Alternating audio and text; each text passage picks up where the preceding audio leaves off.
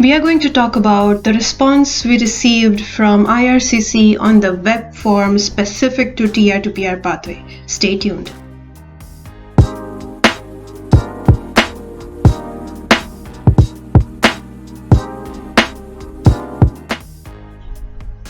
Hello everyone, welcome back to my channel. My name is Urvi and I create videos on life, immigration, career and experiences in Canada.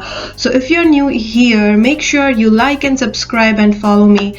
My videos will certainly help you in this journey. Alright, so let's now talk about an important topic. Earlier today, a lot of the people who applied for TR to PR pathway, specifically international students, got a web form response from IRCC, right? And we are going to look at the web form response and make sense out of it. So this is my friend was kind enough to share her response with me, so I'm going to talk about her response actually. So this was her response. So they said, "Good day, thank you for contacting immigration." So IRCC, basically we identified that you have sent additional documents to add or to replace one or many documents submitted in your application under the TR to PR pathway. So that's great. But further they said that please note that we do not accept unsolicited documents via IRCC web form. Now let me pause for a moment, and for those of you who are worrying about this email or getting a bit of panic or are nervous, don't worry. Unsolicited is like whatever they are saying here is that all they are saying is that web form is not the right tool to submit the documents, and they will not be accepting documents through the web form, right? That's what they are saying. They are trying to reduce the workload. They don't want everyone to start using web form and just get a lot of documents, and it is think about them as well, right? So IRCC, it's additional administrative work on their end to look at the web form, see what documents has been submitted, then look at the file what is submitted and update, and then work on the documents, right? So all they are saying here is that we do not accept the documents which you'll be sending via IRCC web form specifically for TR to PR pathway, because when you uploaded your documents as well, there was no way to select TR to PR pathway, right? And still you submitted and you went ahead based on someone's advice. So that's totally okay. I think everyone is trying to do their part and send the right documents to IRCC, but I'm sure they'll figure out the best way to get the documents from you, right? So further what they have said is that the requirement was to submit complete electronic application in the dedicated online portal as indicated under the public policies and instruction guide. While all the supporting documents must be included at the time of application, the processing office may contact you to request missing or additional documents or non-mandatory documents at a later date if required. So please note here what they are saying, that I'll just bold this and even make it bigger for you and change the color as well. So office may contact you to request missing or additional documents at a later date if required. So don't worry, as long as you have submitted the mandatory documents and they have listed here, and we'll go through that, you're fine. In such case, the office will provide you with instruction on how to submit this documents using your IRCC secure account. Please do not send documentation unless specifically requested by a processing officer. So they have clearly said, and I think everyone should understand this message and not keep on sending additional documents to them, because they are saying please do not send documentation unless specifically requested by the processing officer, right? So all they're asking is to wait patiently until they figure out a way, they review your application file and they request for additional documents. Okay, I believe they already know that it was such a rushed submission. Most of the people got just less than one day, few hours to understand the requirements, gather all the documents and submit it. So definitely mistakes have been made, and they are not here to reject all the applications unless it's like like a mandatory document. So let's talk about the mandatory documents. They're saying that the following documents are considered mandatory if one of these documents were not submitted in your online application. Your application is likely to be refused. Now this is a little bit serious, so I'm gonna just read through.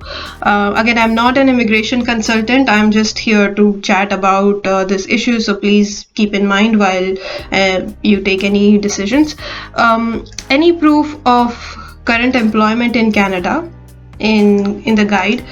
So basically they wanted that whoever is applying should be working, and whatever proofs they required, as long as you have provided that proof and a valid language test result to prove your ability to apply for TR to PR pathway.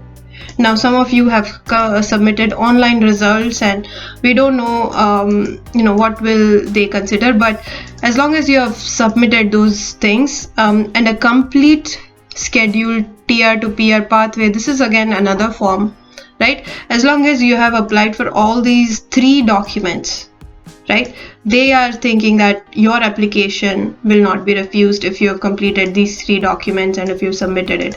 But let's say you didn't have an English exam result, but still you have somehow sent the application to just take a chance. The chances are it may get refused. But I'm just reading the letter here. I'm not inventing the rules here. So further, what they have said, if you applied for international graduate stream, you were also required to submit any form of proof of completed study included. So this is your, when did you complete your study, your transcripts, your letter, your certificate from the college. So all of these will go in here, which I'm sure you would have already received. This proves that you have completed the study. If you are the workers in Canada stream, you were also required to submit any form of proof for the periods of work experience identified in an application included in the guide. Okay, so yeah, for workers there was like description on what should be submitted, and hopefully you have submitted that. I have a couple of videos on this thread, so make sure you check my other videos as well. Now what they are saying is that if for any reason you want to withdraw your application and get the refund of your application, then they have mentioned a way to do it. Processing time, we are currently unable to provide estimates on how long it will take IRCC to review the application. If your application is complete, we will send you AOR by email that will provide you with your IRCC application number. After you receive your, okay, I'm going to highlight this IRCC application number. So this is your key number which you need. After you receive your application number, we highly recommend you link your application to check the status of your application using the IRCC secure account. So seems like they have a good online process already sorted out.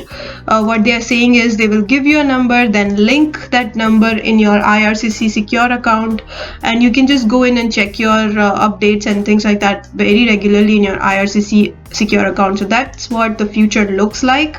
I've created a video on how a notification from IRCC may look like if at all they find your file is incomplete. So check that out. Just keep yourself ready, prepared. Again, so changes in your situation, if you get married during this time, if you adopt, or any change in your situation or address and things like that, then you can apply, right? Then you can go to IRCC and say, oh, I have moved, I've changed my address and things like that. So the same thing they've said in French now, and I don't know French, so I'm not gonna even try to attempt reading that, but I hope that this was helpful. Let's discuss. If you have questions, I'm more than happy. I always answer any questions asked in the comment below. So hope that you are not panicking. Don't stress, don't panic. This is just IRCC telling you don't give us additional administrative work because we are already overworked, right? And this is summer, we don't want them to work, we just want them to give us the permanent residency in Canada, right? So on that note, I'm going to take your leave.